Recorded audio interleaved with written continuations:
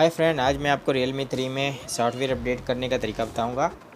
तो ये मुझे नोटिफिकेशन मिला है। तो सबसे पहले हम इसके नोटिफिकेशन को डाउन करेंगे और इधर से गलत तो गया, सेटिंग में जाके करना था।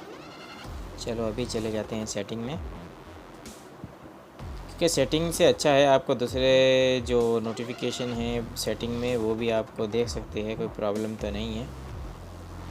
तो ये सॉफ्टवेयर अपडेट में जाएं नीचे और सॉफ्टवेयर अपडेट नाउ पे क्लिक कर दें।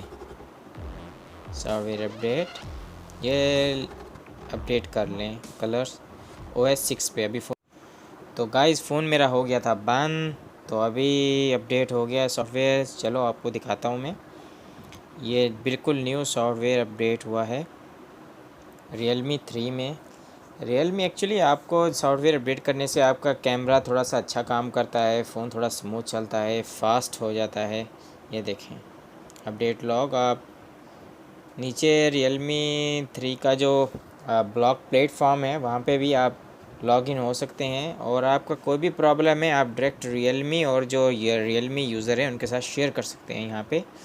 तो बेसिकली यहाँ पे ज़्यादा इंडियन और पाकिस्तानी होते हैं, हिंदी समझते हैं सब लोग।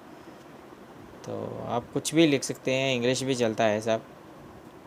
तो आप ये देखें। तो आज की वीडियो बस इतना ही। मेरा चैनल सब्सक्राइब कर लें। शुक्रिया।